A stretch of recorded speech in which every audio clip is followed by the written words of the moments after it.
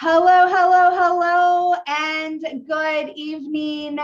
Thank you so much for taking time out of your evening today so that we can share with you. We're going to be talking all about emotional trauma, grief, and how we heal, right? And I know that this is a really complex subject, but I really felt that this was so needed right now, today, not just from everything that we've been experiencing in the last 2+ years, but also just the magnitude of what is like kind of the major events that are happening here in Texas and all around the globe. I think that this is a really important subject because oftentimes I think we misunderstand how trauma and grief, like how they work and exactly what their connection is. So first things first, to get started, I have asked my dear friend, Tanya, to share with us first her experience during this pandemic of dealing with grief, and specifically a very complex situation surrounding grief. And so I'm going to let her share first. Hi, I'm Tanya, and as Erica said, in the summer of 2020, my dad ended up in the hospital after having passing out in his home. It was discovered that he had internal bleeding and he had lost a lot of blood. It was a back and forth situation where he started to improve and then he wasn't going to live much longer. And this went on, I can't remember if he was in the hospital for a week or 2 weeks. I don't remember. But he was eventually sent to a nursing home under hospice care. And because of C-19 restrictions, I was unsure if I was going to be able to go and see him. But because he wasn't expected to live very long, I was able to go visit. So my husband and I took the drive to Louisiana and got to stay with him for about a week. After my visit, I kept in contact with him and he started to improve. So we had hope, but then again, he started going back and forth. But it was 6 months later, he passed away. And during those 6 months, he did pretty good actually till probably a week before he passed away. But it was a very dark and sad time for him and our family, knowing that he was all alone and had no family to visit him because of C-19. My dad had macular degeneration and also was very hard of hearing. So he could not see or hear what was going on around him. He was very sad and lonely. It broke my heart to know that he was so alone without any family to visit him. He actually thought he was put in prison. The whole time that my dad was in the hospital and the nursing home, and then of course him passing away was very hard. I had a lot of sadness and heartache, of course, but it was my adaptogens that helped me to process the feelings that I had, so I didn't get stuck in them. And the best part is that I have a mentor, and she basically guided me through it. And she actually helped me with even giving me ideas of how to take my adaptogens just a little bit differently to help me process all the sadness and get through the challenging time. Having a mentor is priceless. Thanks. I first want to express my deepest gratitude and commend you for sharing that time in your life, that snippet of time in your life with us, because I remember it. And I remember being on that journey with you. And I remember the waves of emotions that you were processing. And I even remember you saying, like, I don't even know how I'm actually doing all this, and so I appreciate you and your story, because I know that it's a very common experience for a lot of people, and your story is going to be impactful for many to come as they continue to watch these replays in the future. So I appreciate you so much for sharing.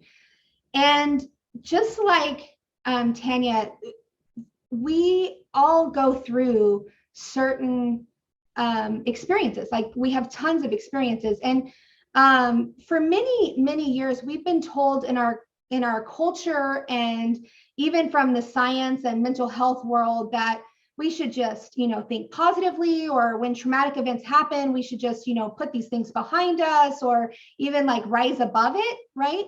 And then just stop dwelling on it, like just forget about it and move on, right? And it's often that we try to do these things, and but science has actually shown us over the last 10 or 15 years that actually doesn't really work.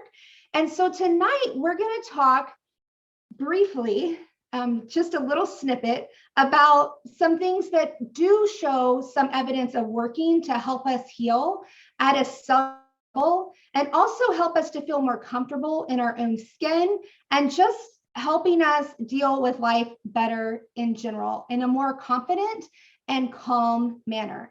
So I am going to share my screen.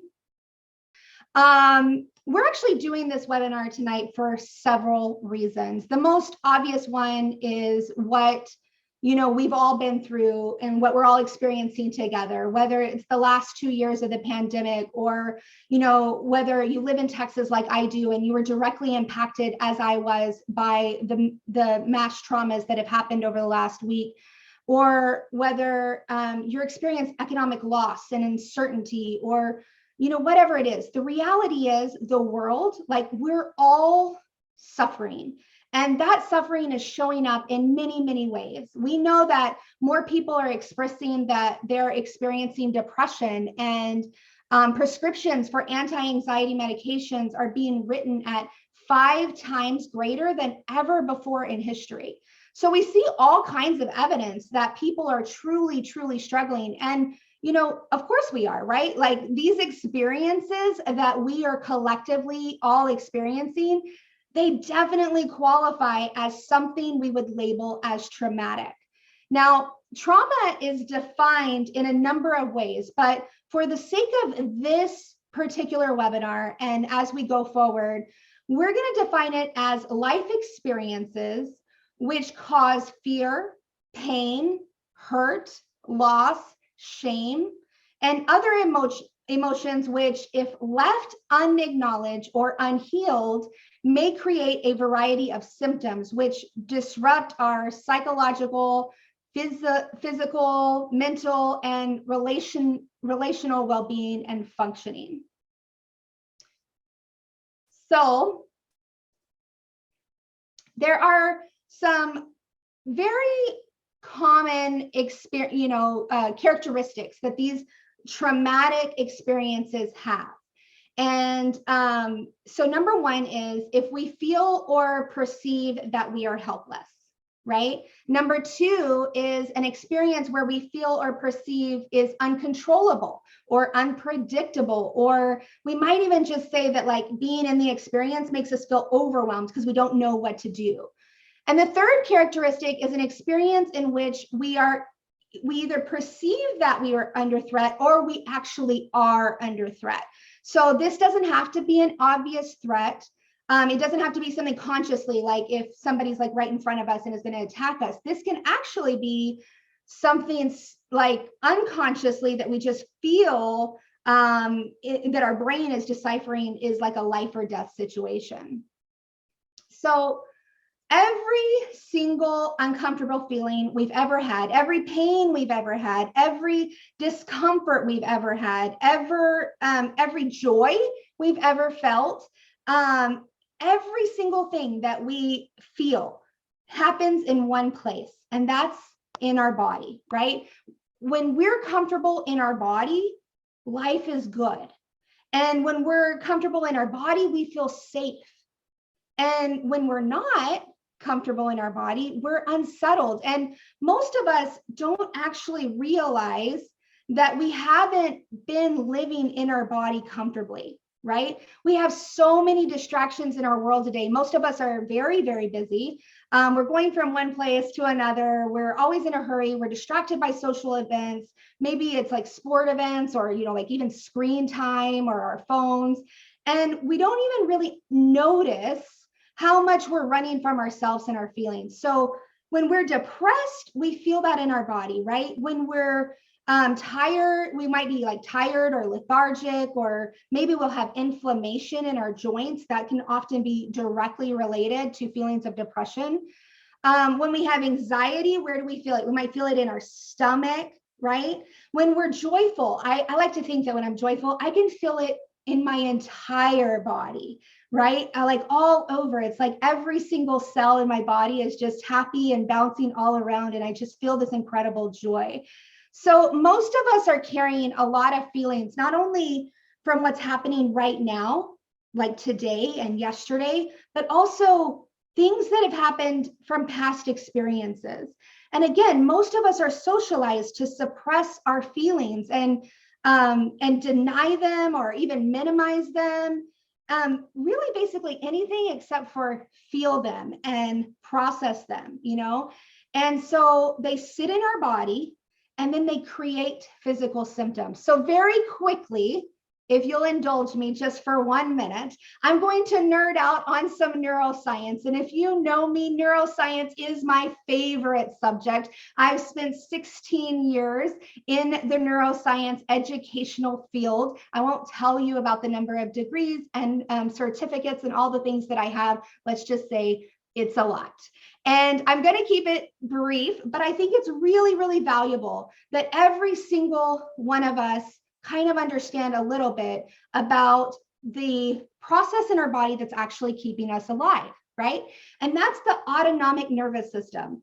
It's literally the number one predictor of our well-being, and it only has one job: to keep us alive. Whether we want to be or not, the autonomic nervous system is constantly and continuously judging and assessing every single thing that we come across, whether it's our environment, our people, every single person and thing and everything that we experience, with one question. It says, am I safe?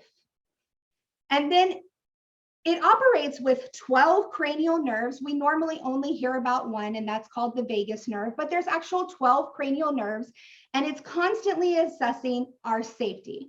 And it determines we are safe, right? And when it does that, it will create feelings of calm and curiosity and compassion. And you'll be compassionate towards yourself as well as others. You'll feel creative and connected to other people, even nature, right? You'll actually feel a sort of natural confidence, not like a bravado or like something that you have to fake, but just a really natural confidence and clarity. And we see that during this time, you'll have, increase in digestion and resistance to infection and immune response, and you'll have better sleep and recuperation and all the things. You'll have more health and more vitality. And what you don't have during these times are defensive responses, right? Because your body doesn't need to be defensive because you're safe. Now, the second level in this system is when we are in fight or flight mode. This is actually like kind of like on a stop sign, the yellow light, right? It's the autonomic nervous system that says, oh, caution, something's not okay out there. Something might be threatening, right? You need to pay attention. And it stays in this vigilant mode of where it says, oh, I'm not going to miss a thing. And it probably takes a lot of things really personal in this time. It might perceive people as more of a threat than they actually are. If you have past trauma, you might be in this state a lot of time, right? Because this is kind of where your nervous system says, okay, there's a lot of things in this world that are very, very dangerous. And when these things happen, the traumatic memories get stored at a whole different part of the brain, right, than normal memory. And oftentimes our brain will continue to recycle these and recirculate these, and our body believes that those memories are still there and happening, or could happen again. And this is not a conscious awareness. I mean, we might even think, oh, it's impossible for those to happen, but our brain is still perceiving that those things could happen at any time. And so then our third level of awareness is freeze or fawn. And this is basically when we have feelings of helplessness, shame, hopelessness, we feel trapped. We can have depression and disassociation. And these are, again, we can get stuck in this level. There's a tendency to feel maybe depressed or sluggish, have a hard time carrying out things. So it's important to recognize that these types of feelings can get stuck in our body if we do not process them properly. And so healing ultimately comes down to, how do I learn to be safe in my own body? And many of us have not thought about the fact that what's actually going on in our bodies right now, right? So we don't always think that this is actually grief, right?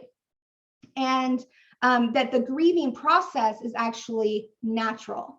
So the interesting thing is that no matter what we go through, no matter how painful it is, if we're able to grieve it, we're able to heal it. So, and one of the things we have to do is we have to understand how to get the blocks out of the way, how to support our mind and our body with tools that will allow us to do the healing, because it's really, really cool concept. It's kind of like a broken bone, right? There is this innate complex system in our body that heals a broken bone. Doctors aren't really able to like tell you exactly what's happening. I mean, they kind of have like the basic concepts, but we can't tell you exactly why it happens or how it happens. It really is kind of like a miracle. It just heals. The body goes to work as soon as the bone breaks and starts to heal it. Well, there's the exact same kind of a mechanism in the body to help us heal from broken emotions. So when we're broken emotionally, the same mechanism in the mind and the body helps us to heal from emotional and psychological pain. And it's actually called the grief process. So what is grief, right? When you think of grief, this is an innate, automatic, mental, emotional, cellular healing process that occurs in the human mind and in the human body in response to any type of loss. So by loss, we mean anything that hurts. So trauma hurts, so therefore we can heal trauma through grief, right? Just about anything. So there's a lot of experiences that many people will grieve in their lifetime. This could be a death of a loved one, a divorce or a breakup, traumatic events like the ones that we've been dealing with over the last few years and we've dealt with, over our life, a diagnosis of a chronic disease, or whether it's us or a loved one. And not to sound flippant, but actually a scratch on a brand new car, or when we break a cherished possession, we have a moment. It might only take us 7 seconds or 7 minutes to grieve that type of a trauma or a loss, but it's still actually a grieving process. And then we also have ongoing loss and threat of loss. And, we can have like the disruption of our current world, whether it's economic or financial and all the things that are going on. These are all things that we can grieve. So sometimes we get stuck though, and we have something called challenging grief. And basically there's two kinds of pain in the world. There's pain that leads to more pain, and there's pain that leads to feeling. So pain that leads to more pain is when we run from it, when we avoid it, when we deny it, when we minimize it, and when we block it. So if I'm denying what I'm feeling in my body as far as my experiences go, and I'm suppressing them down, I'm not willing to look at them or feel them or heal them, then I won't be able to come to a place and support my body's ability to grieve properly. And so this is when we kind of get stuck in this hamster wheel. So what do we need to grieve and heal effectively. So I'm going to go through these 6 steps really quickly, and then we're going to go into a little bit more detail, but I want to get to something that's really important here in just a second. So first of all, we need validation. We need it from ourselves as well as other people, right? Number 2 is we need physical safety, the mind and the body. Again, the autonomic nervous system is always looking to see if we are safe.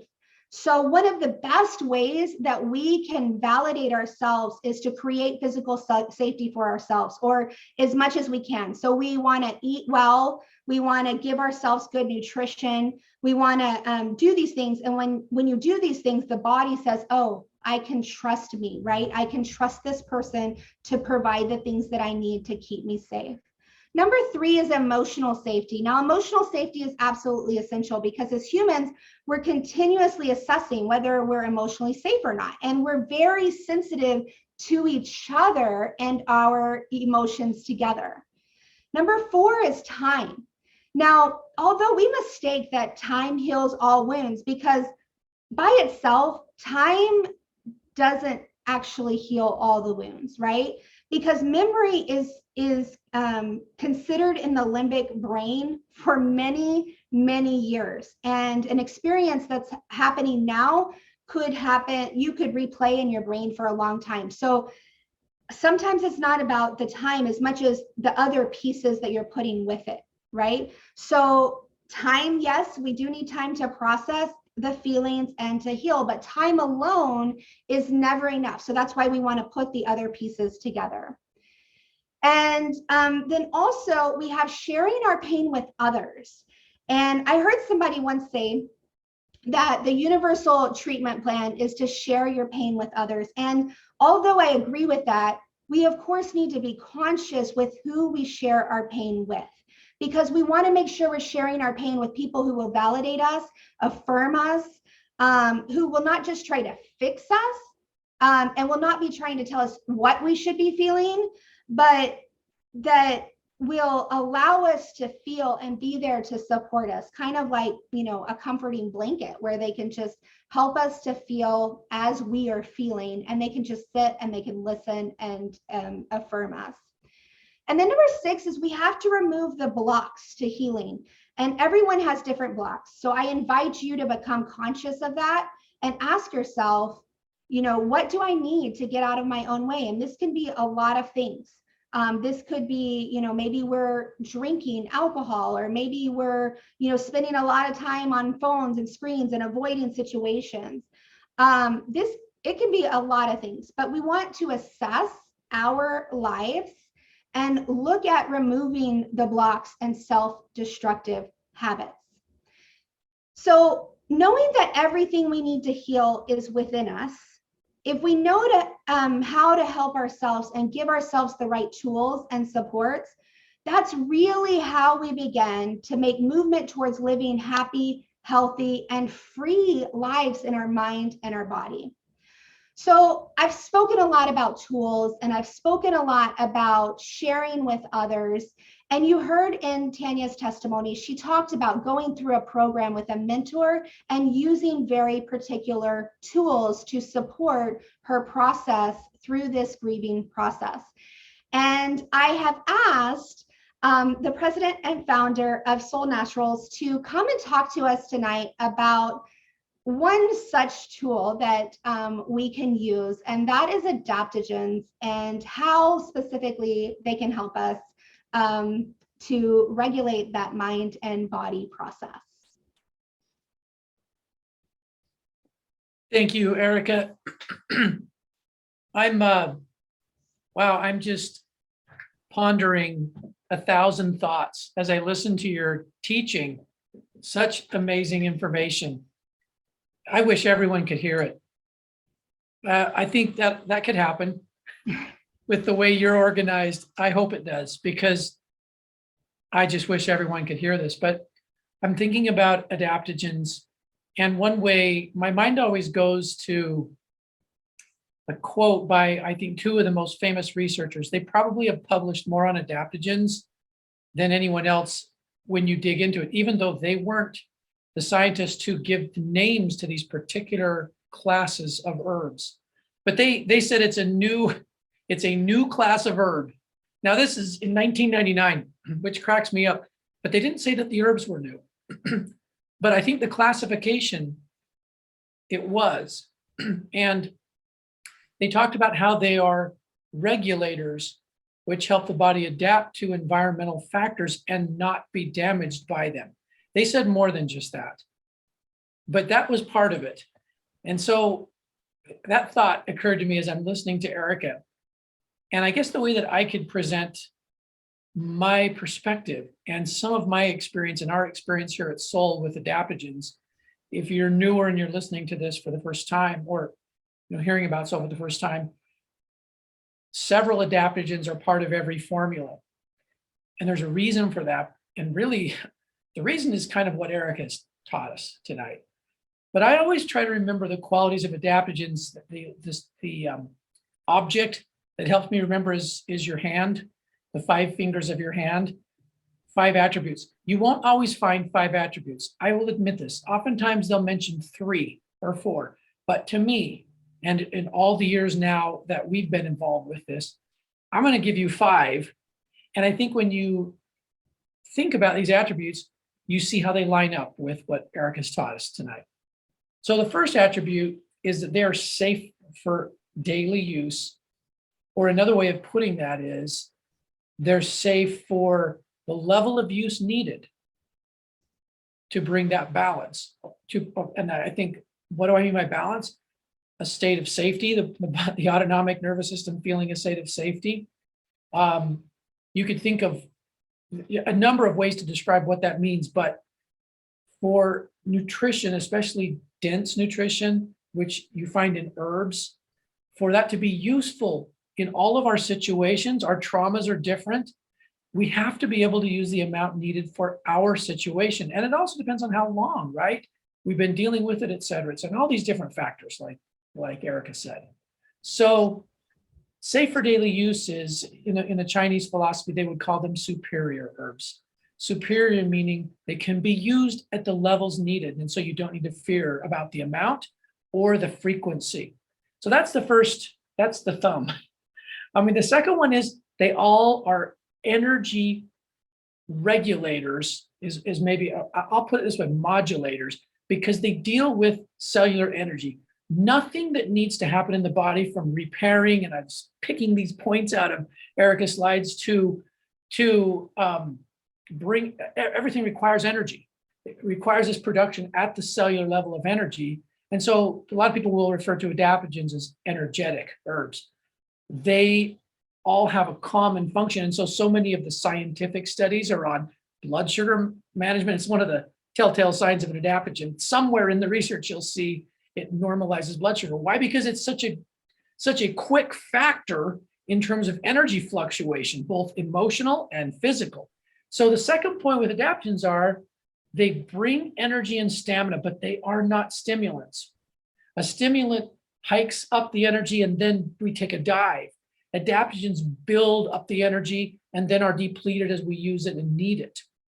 And so that's the second point. The third point, they're immune system modulators. And I was looking at that in Erica's slides. Immune response we could probably do 3 classes on it. How it's involved in this, in physical and emotional health, in any number of ways. If there are 100 gateways to balance in health, the immune system probably uses 99 of them. I don't know. It seems to be involved in so many different ways. And that is a great strength and one of the most defining characteristics of adaptogens. Whether it's overactive, not as often the case, but more nowadays than it used to be, or underactive, pretty commonly the case, adaptogens help modulate to a productive immune response. So that's the third one. Then the fourth one, adaptogens are loaded with many active components. So again, looking at how complex it is, what we're talking about tonight, and the way we look at stress and manage it, process it, and grieve it, those are all big things. they require many different chemical components and nutrients. The way I like to look at it is just nutrients. I know some are famous and they're classified more nutrient, and this is a chemical, an active chemical. That's all, it's all, excuse me, it's all nutrient to me because the body, it's presented to the body from this plant. And rather than opposite nutrients, if you want to call it that, opposite actions canceling each other out, the body can pick and choose as needed, regardless of the side of imbalance, if you want to say it that way, or where we are along in this grief and trauma process. Are we just in panic still in accelerated motion trying to catch up and deal with it, or is it depleted? And are we, those are my oversimplified ways of looking at it. Well, it doesn't matter with adaptogens. It doesn't matter because they have such a wide variety of components. And the defining characteristic here is that these nutrients bolster either side of imbalance. Both sides of imbalance, and that's why they're so amazing. And then the fifth, so that's the fourth, many active components on either side of imbalance. And then the fifth one would just be this, I would say, heretofore not perfectly explained. I mean, Eric has said this before, there are a lot of things that scientists, we have inklings about, and we're learning more about it all the time, but it is not explained. A lot of studies will just simply say, it's not really clear why yet. Emotional stress and fatigue and the way we manage emotions improves with adaptogens. We just say, the way I put it in my simpler terminology, I guess, is just there's a direct correlation between nutrition from adaptogens and a better level of emotional feeling, a more positive and a stronger, more hopeful, more settled. That whole feeling of we need to feel safe, for the autonomic needs to feel safe so that these important things like digestion and repair and all these things that have to happen and really should happen on a daily basis, those are facilitated by adaptogens in a pretty amazing way. And so you'll find a lot of studies related to that, although science usually picks one thing out of that or a couple of things out of it, but they're all covered there with adaptogens. So I hope that makes some sense. When we look at adaptogens and kind of these 5 aspects, safe for daily use at any level, they're little energy generators where they help the body efficiently produce energy at a cellular level. They modulate immunity. They're quite diverse in their active components and can support either side of imbalance. And they have a direct effect in a positive way on mood. This is why they align so well with what Erica is teaching. Erica, back to you. Thank you so much for going over all of those points on adaptogens. And, you know, it's really interesting because one of the things that I notice as I consume them myself, and if you don't know my story, if you're brand new to me, just know that I was stuck in this cycle for quite a while and had all the symptoms. And my story is on YouTube. You can get with your mentor. They can connect you to our YouTube channels where we not only have my story, but also other people that have gone through trauma and grief and have used these same tools and formulas to help them through the process as well. And one of the things that I noticed the most in my process of healing through a number of different things is that I feel like it gets better every single day. And with a lot of things that we do, it's like you take it for this period of time and then you get this result. But then once I got that result, I was able to go on to the next and then the next. It was like peeling the layers of an onion, right? Every single process, I just get more and more and more experiences and benefits. And the greatest thing to me is I don't have to go back and relive those traumas. Like if I was in talk therapy or something like that, my body just knows what to do and processes it and uses the tools that I give it to do so. So as you've heard tonight, one of the key components that we talk about is sharing our pain with others and having somebody to witness us and validate us. Having somebody to guide us. And so I want to take a moment to give you an invitation. The person who invited you here, either them directly or the person that they are mentored by, has an incredible program that is proven to help people to process through grief and pain over time. They're going to be able to tell you all the details about it. But I would encourage you, if this is something you're struggling with and you're looking for somebody to listen to you and affirm you and somebody to guide you in a process with certain tools that will help you to release and process and go through these, emotional cycles, I would encourage you to get back with them as soon as possible and really just ask them, say, what is the program that you have and how can it help me? And they can tell you all about it. They'll probably have some videos and different things to explain it to you. But I'm telling you that it's literally, I've been working in this field for a long time with grief, and it was my original field before I transitioned out and into business. And I have never really seen tools that work as well as these do. And I mean, that's just reality. So I encourage you to go back and speak with that person who invited you here. But first, and one more thing before I let you go. Every single attendee that came tonight, I actually have a kind of a workbook, an ebook that is coming to you within the next 24 hours.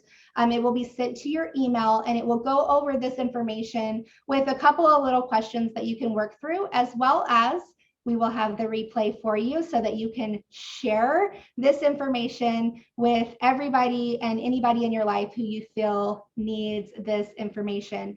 And other than that, I appreciate you guys so much for coming and taking the time to learn with us today. And I want to invite you back next Tuesday night, same time.